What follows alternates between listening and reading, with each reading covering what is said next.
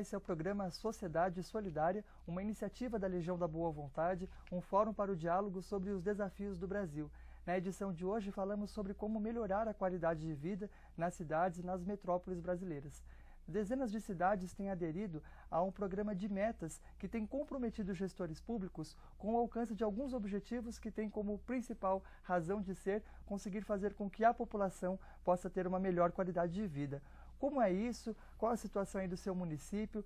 Quais são os desafios para poder implantar uma ação dessa natureza? É sobre isso que nós conversamos no programa de hoje, recebendo o coordenador executivo da Rede Nossa São Paulo e também da Rede Social Brasileira por Cidades Justas e Sustentáveis, Maurício Broinizzi, que vai compartilhar com a gente a experiência dessa articulação. Bom, primeiramente agradecemos em nome da LBV pelo senhor ter gentilmente aceito o nosso convite, estando aqui hoje para falar sobre esse assunto tão importante. Seja sempre muito bem-vindo.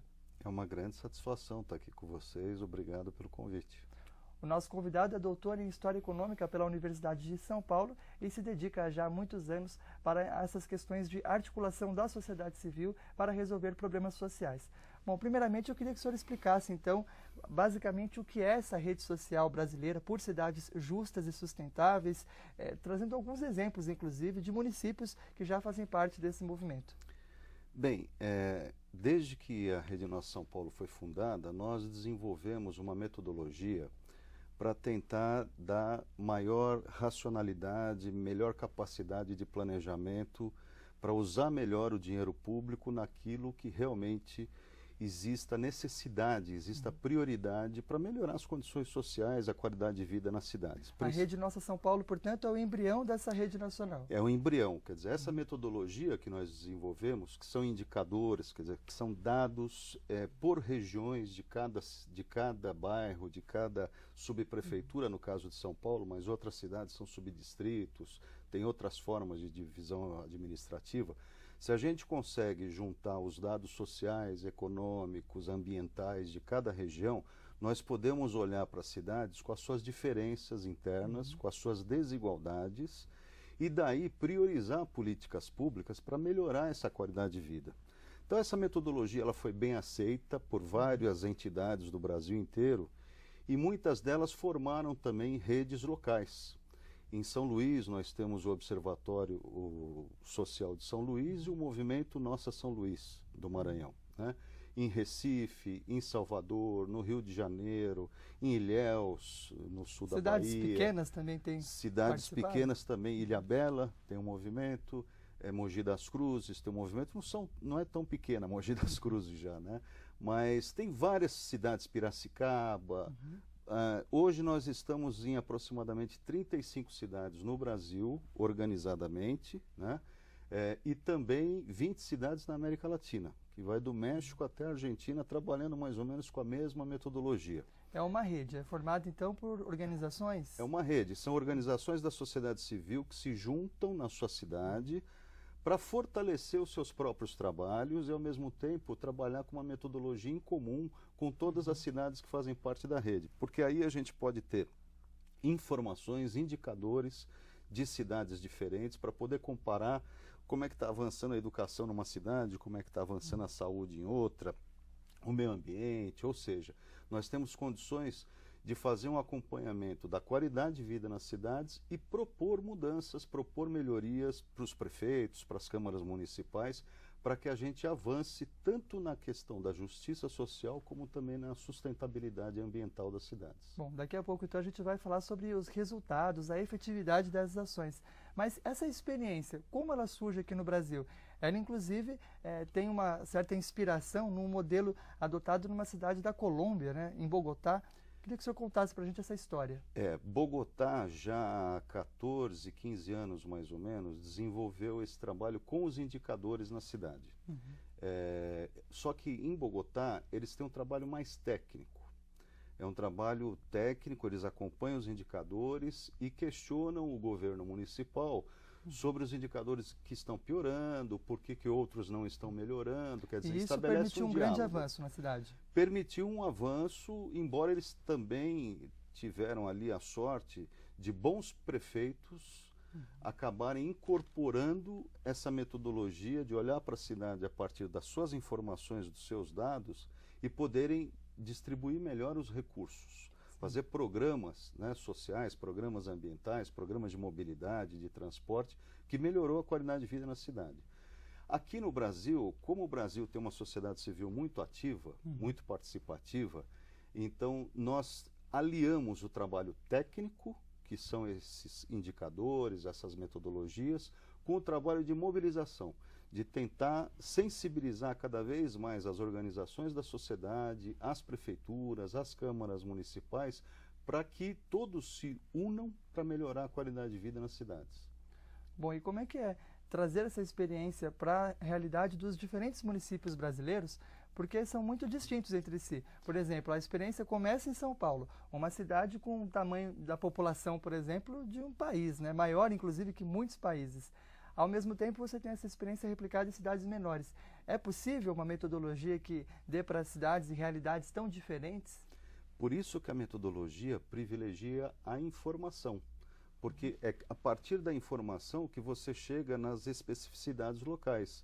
Cada cidade tem as suas características, os seus problemas, tem cidades que são litorâneas, tem cidades que são montanhosas, estão em biomas diferentes, estão na Mata Atlântica, estão na Amazônia, estão no Cerrado. Então, se você não tem a informação, você não consegue também distinguir a especificidade daquela cidade. Então, o ponto número 1 da nossa metodologia é trabalhar com a informação local. A partir dessa informação local, você vai ter a especificidade daquela região, daquele território e daquela cidade onde ela está envolvida em várias condicionantes geográficas, ambientais, industriais, comerciais distintas, para que se possa desenvolver políticas específicas para aquela região. E quais têm sido os resultados dessa iniciativa? Porque, por exemplo, informações, o nosso país ele dispõe de órgãos como o IBGE, o IPEA, que fornecem vários indicadores que permitem, inclusive, a nós vermos as desigualdades regionais que existem no Brasil. Agora, mesmo assim, nem sempre a gente consegue resolver esses problemas, né? Como que vocês conseguem obter a efetividade dos resultados de uma mobilização como essa? Olha, em primeiro lugar, a gente trabalha com indicadores que avançam em relação aos indicadores do IBGE, do IPEA. Né? Em que sentido? Porque são muito mais indicadores. Né? A gente detalha os indicadores de educação, de saúde, de cultura, de meio ambiente, de transporte, de mobilidade, de satisfação com a qualidade de vida dos habitantes.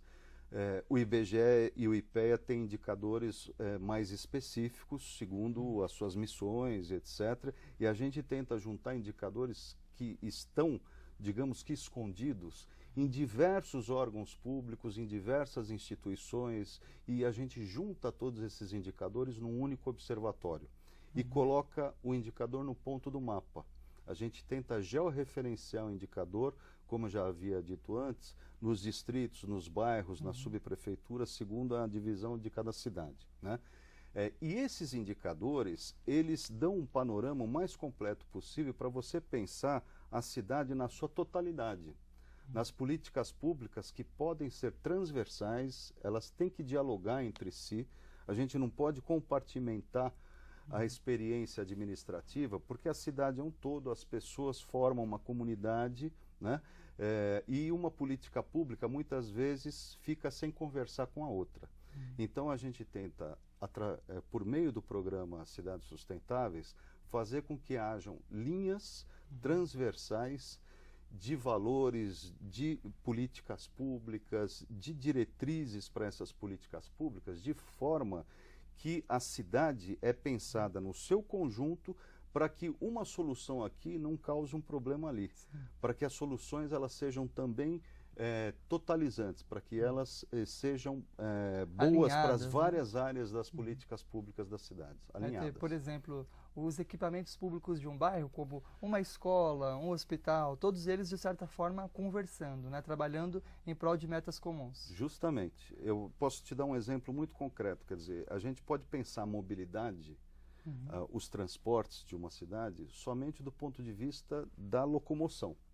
mas ela pode ser pensada do ponto de vista da saúde pública, porque tem um impacto muito grande no sistema de saúde pública, tanto a exposição à poluição, as lesões pelo esforço repetitivo ali da direção, os acidentes de trânsito, né, os acidentes com os motoboys, etc., que ocupam um espaço significativo, né, dos leitos hospitalares, etc., e isso significa recurso público, aí gasto cotidianamente por acidentes ou por doenças que poderiam ser evitadas. Vidas humanas, né? Vidas humanas, se você tivesse um planejamento da mobilidade olhando para todos esses aspectos, inclusive para o respeito à vida, que muitas vezes não é olhado.